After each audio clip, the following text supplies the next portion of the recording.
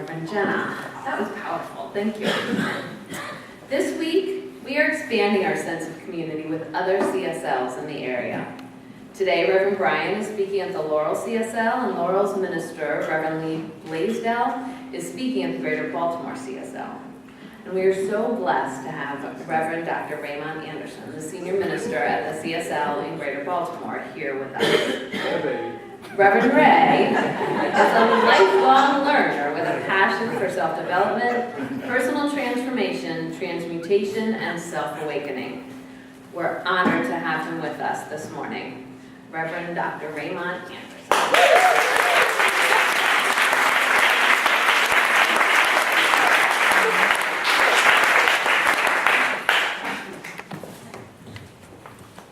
Testing.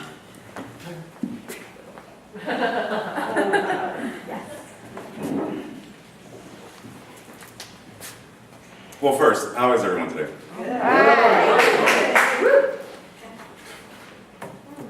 One of these days I'm going to ask this question, everybody's going to be excited, and everybody's going to be like, yes, I'm great. And so let's try this again.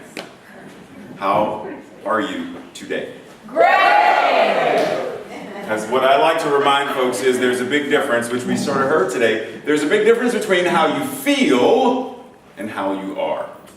How you are never changes. How you feel may change from day to day. And I didn't ask, how are you feeling today? Because I'm going to get 1,000,001 answers. But I need us to be collected, connected, and in oneness of what it means to be how we are. As that which God is, that which life is, that which that one mind is, expressing in, through, and as each and every one of us. So when we step into knowing we are great, then it's easier for me to transition us into this thing that we're going to be talking about today, which is beauty, which first of all I would like to thank. Okay, so first, I appreciate y'all putting me at the end of the month after Io has spoken about beauty, and Reggie has spoken about beauty, and Kim has spoken about beauty, and Rebecca has spoken about beauty, and Brian has spoken about beauty, and now Ray is supposed to come in here and find something to say about beauty that hasn't already been said. Yes. Beautiful. So where Ray decided to go was Snow White. Mirror, mirror. Oh, who's the fairest of all?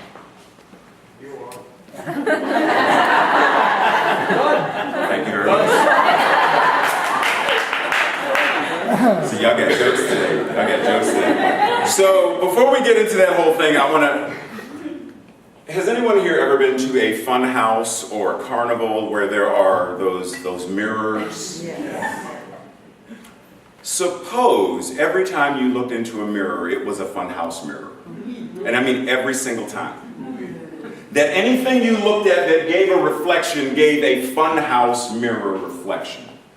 How long do you think it would take before we actually believe that the reflection we're seeing in the funhouse mirror was actually the horrible look of the whatever, why is my head this big and my shoulders are that big and I have no hips and then there are feet? Like, how long would it take for us to look at this image in this mirror and buy into it and believe it? It wouldn't really take very long.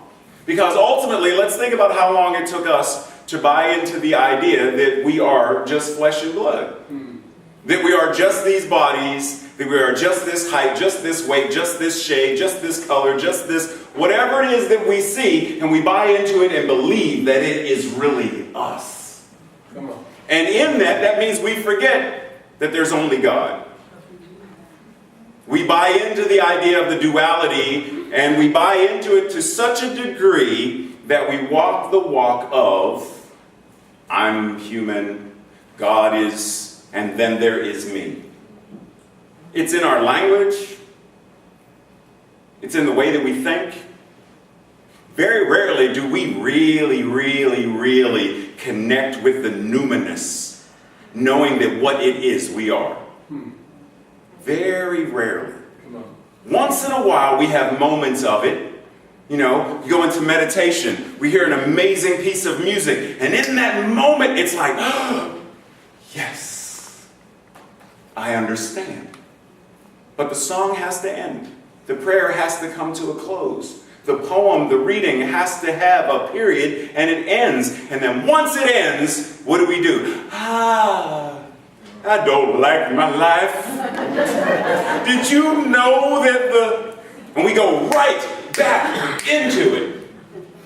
And I mean right back into it. The funny thing, Tracy and I often talk about this because, during Sunday, there's the, hey, amen, like the stuff. Wrong church. There's the right. Sorry, I had a moment, I had a flashback. Whatever that is that we do, we have this moment of celebratory stuff. And then as soon as service is done and we have fellowship, we go back into the regular, everyday programming of whatever is going on as this human self, rather than this being that knows that it's love. It's all right. Rather than this being that knows that it is that one thing itself showing up in human form. That's why I love in this book, so this is an amazing book. So in this book, the Ernest Holmes Papers, there are 3 different texts in this book. One of them is the healing anatomy of prayer. And that line in there that I have been repeating and repeating and repeating from Holmes when he says, God in me, as me, is me. God in me. Because very often we refer to God as being this thing that's in us. Spirit is in us. Which separates, because what's in and what's out are 2 different things. Because clearly what's in is what's in, because if it wasn't, you would see my lungs and my kidneys and stuff as part of my wardrobe, and you don't. So clearly what's in is what's in, but then there's what's out is what's out. And if I'm saying spirit is within, then when I die, there is the spirit that goes wherever it goes, and then there's the body. No, it doesn't work that way.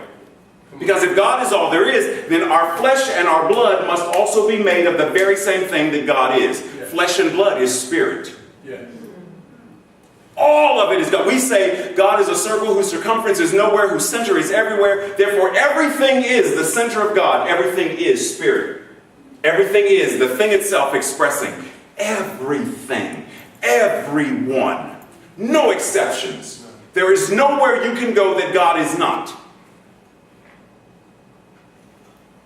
But do we walk that path? Do we walk that walk? Do we remind ourselves of that in a more frequent manner so that more often than not during the day, remember who and what I am?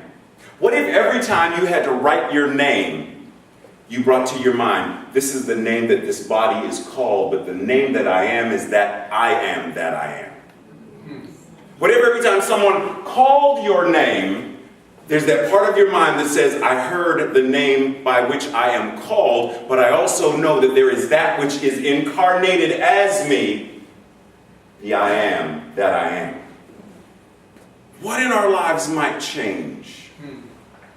Would things be different then when we see in the reflection flesh and blood that changes with time? That duality says can fill an illness or dis-ease.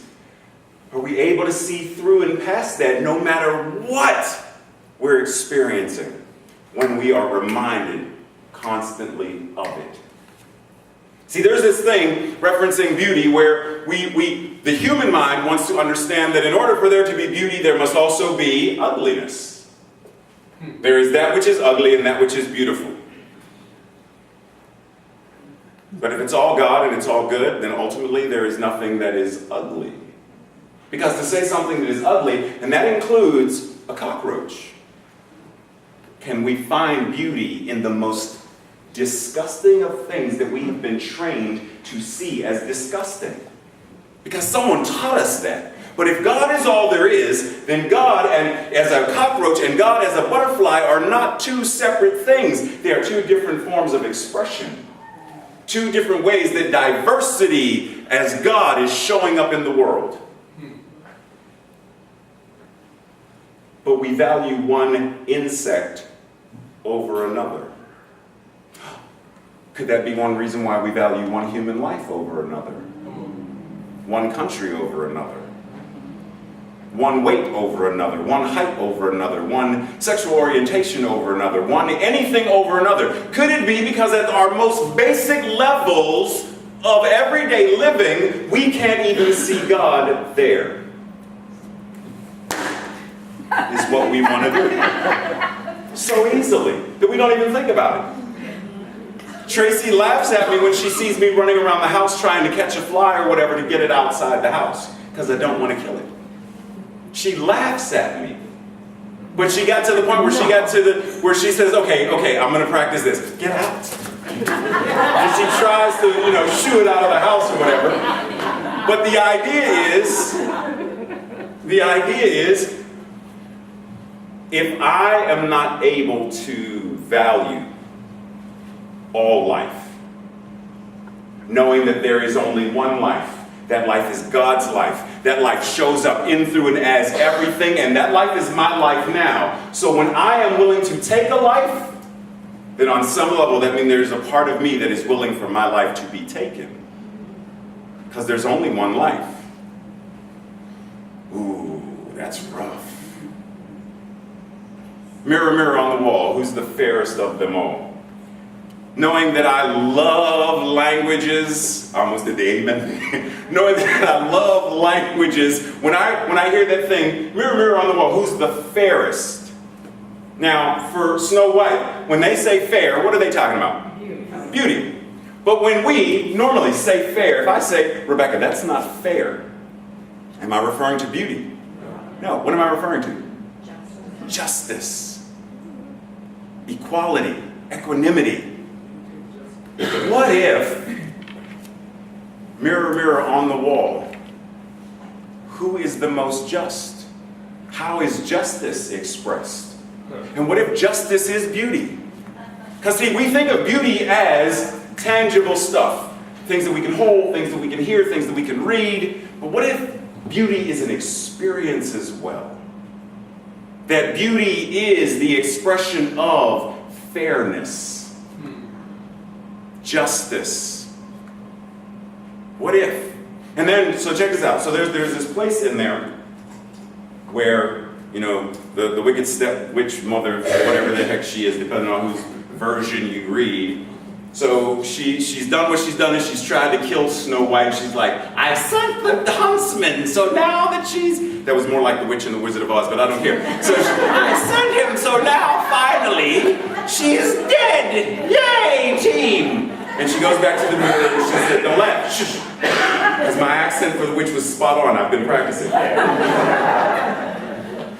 And so the queen says, magic mirror on the wall, who now is the fairest of them all?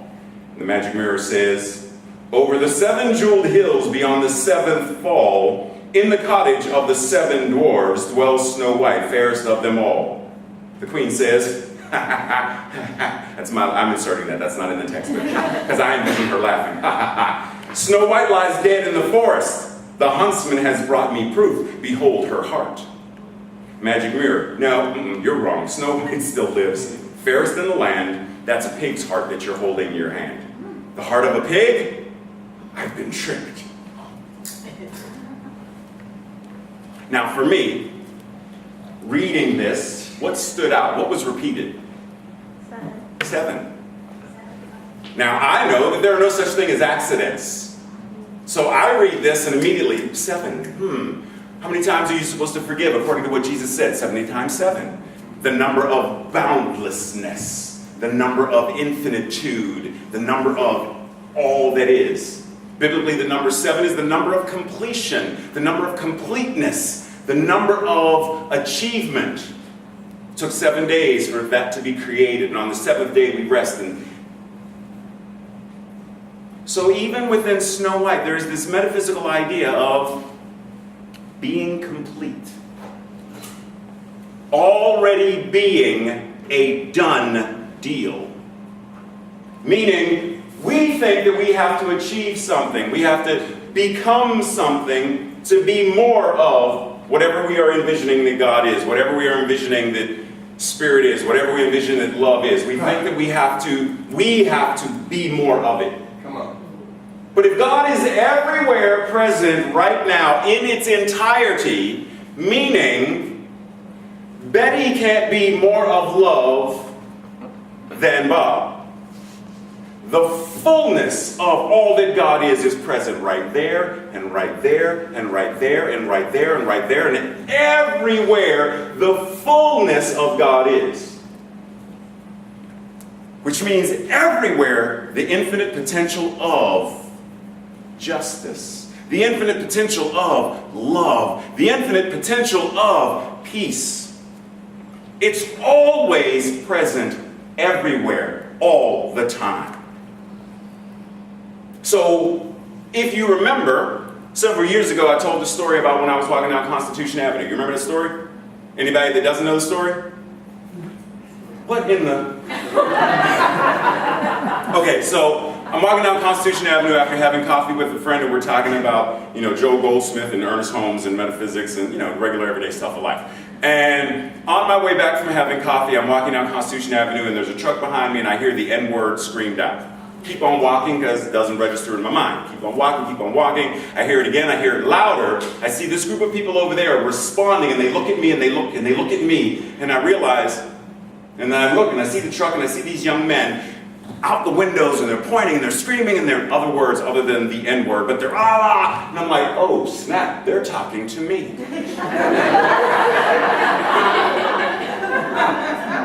Wow. Now, my immediate first thought was duality. I was thinking, thank goodness I am not a Marvel superhero like an X-Men or something, because I would have levitated the truck, I would have flipped it. Oh,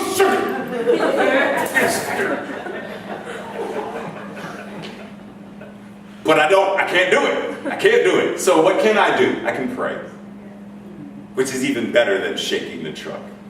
So what I did was, I know that God is all there is. That means God has to be in the truck as the truck, driving the truck and the truck itself. God is the wheels and the ground that the wheels are touching. God is all of it. But part of that doesn't know that it's God. So I'm going to know it for them. And I froze right where I was, closed my eyes, and prayed.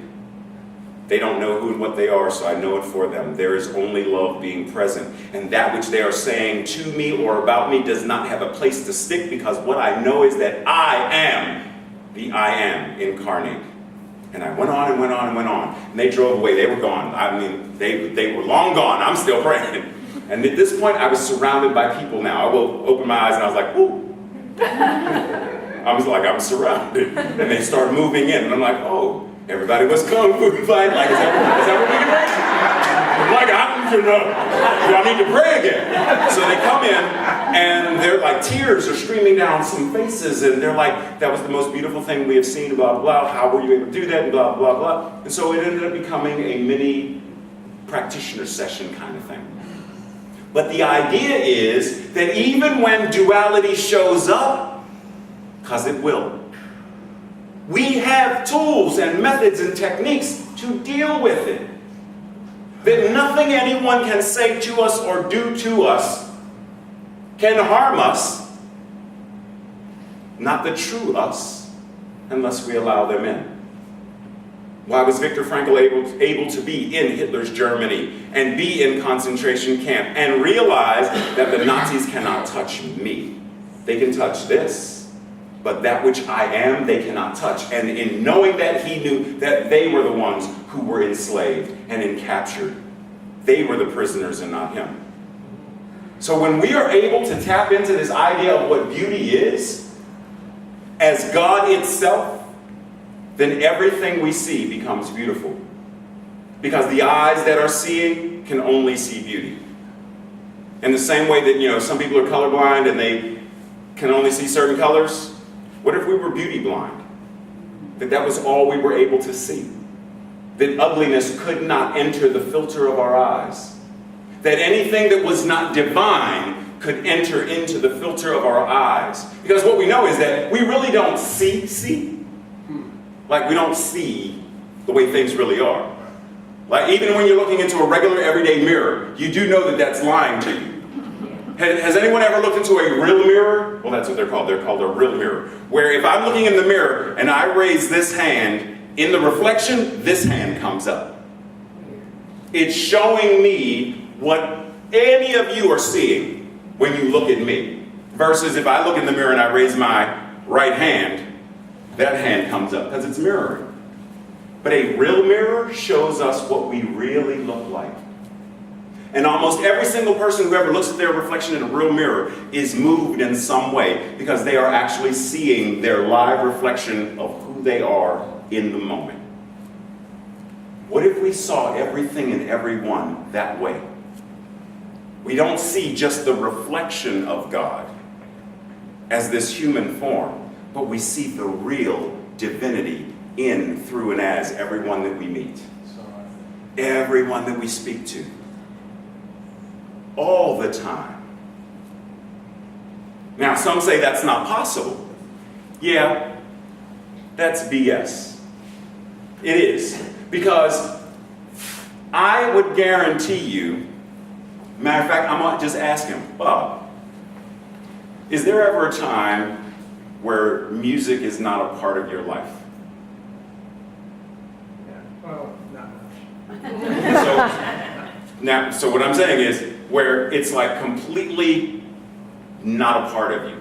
Like, it's not what you're not doing, but it's like, there is no music. There's no music in me. It's gone.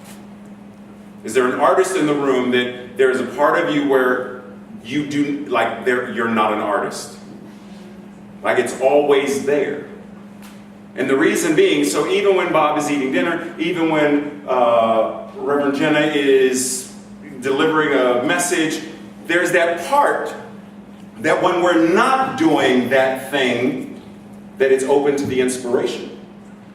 Which is why we can be out walking the dog and a song comes, or an art piece comes. Which means we have to be open to it, or the inspiration wouldn't well up. Which means even when we're not doing the thing itself is still doing itself as us.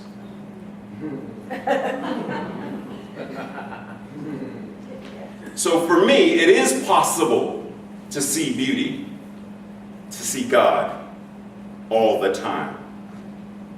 To be able to see a name and a face and still know that the front and the back is still the infinite I am. So check this out. One of the things, because I love etymologies. So the etymology of beauty, early 14th century, says beauty, physical attractiveness.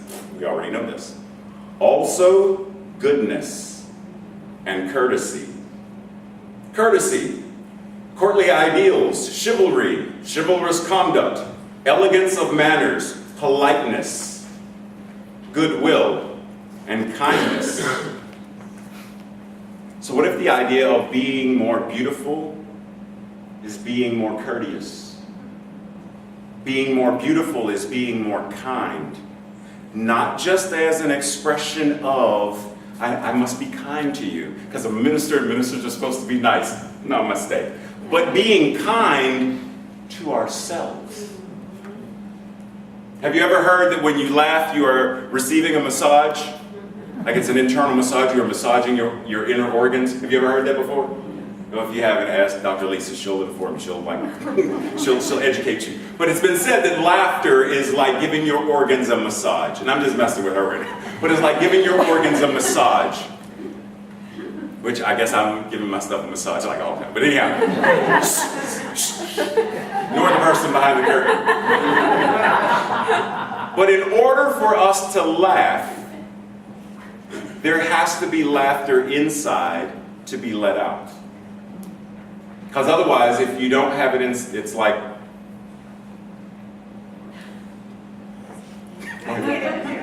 That was me cracking up. You didn't catch it? Okay, I'm going to do it again. That's me cracking up. Right? Clearly that doesn't work that way. Laughter is an expression from inside out. We don't laugh.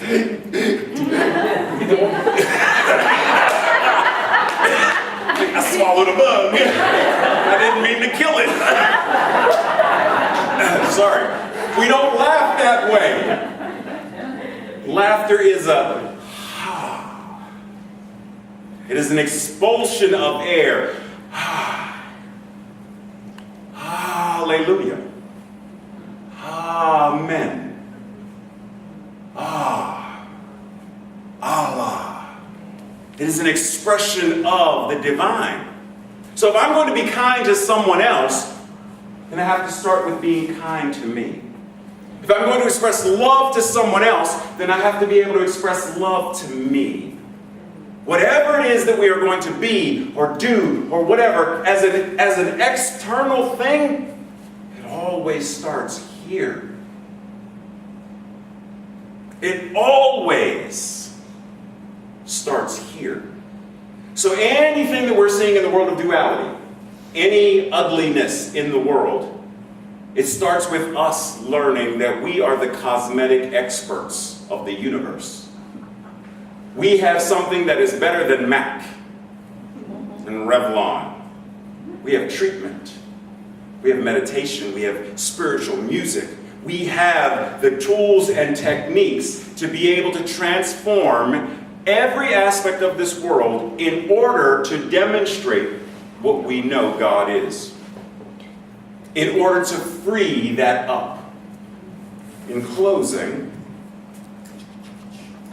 I want to read something from Ideas of Power, page 312. Lowell called this the thread of the all-sustaining beauty that runs through all and doth all unite. Holmes later says, you must be the judge sitting in the judgment seat of your own consciousness, not judging the world, but your own relationship to it. No one else can do it. No one can live by proxy. There is one life. That life is God. That life is my life. That life is your life. That life is incarnated in, through, and as us right now. Right now. Let's pray. Anchoring in this moment, in this breath, allowing the body to do what the body already knows how to do. To inhale and to exhale, to participate in this thing called respiration. No worry about where the next breath will come from and no concern with where the previous breath went. We simply surrender and allow in this moment. And so from this place of allowing, this consciousness of surrender, I speak what I know, that God in me, as me, is me. There is only that which Spirit is, one mind, God's mind. This mind is wisdom itself. It is omniscience itself. It is omnipresence itself. It is omnipotence itself. And that which it is, I am. And what is true for me is true for everyone in this room as well, because God is all there is. And so what I know is that God being all there is, every quality, every attribute, every ability that God is able to create and love and express joy and imagination, all of it is present right here, right now, as God has incarnated itself in, through, and as me. God being absolute health, I too am the expression of absolute health. God being love, I am the expression of love. God being beauty, I am the expression of beauty. And as I said, what is true for me must be true for everyone in this room as well, because God is all there is. And so anchoring in this and surrendering to this, simply allowing that which God is to be what it is as me. I breathe, knowing that this breath is God breathing itself as me, the universe breathing itself as me, Spirit breathing itself as me. And if Spirit is breathing itself as me, then I avail myself so that Spirit can think itself as me. Spirit can speak its words as me. Spirit can move these hands that are its hands. Spirit moves these feet. Spirit is all there is. God is all there is. Love, joy, infinite potential and possibility, all there is. 7, completeness. And so I surrender this into the law that said yes before we gathered for service, the law that is saying yes now, that it is speaking these words through me, through itself as me, and the law that will continue to say yes even after this service is over and we go our separate ways, knowing that even though our separate ways may be dually separate, ultimately there is only one, that we are forever and ever and ever connected by this one. We are never truly alone. God is all there is. Surrendered because I know, surrendered because it is, surrendered because it is complete. I declare it, knowing that right now the universe is conspiring for its own good in every incarnation, in every form that it is showing up. Knowing it is good and oh so good, I simply allow it to be, and together we say, and so it is. Amen.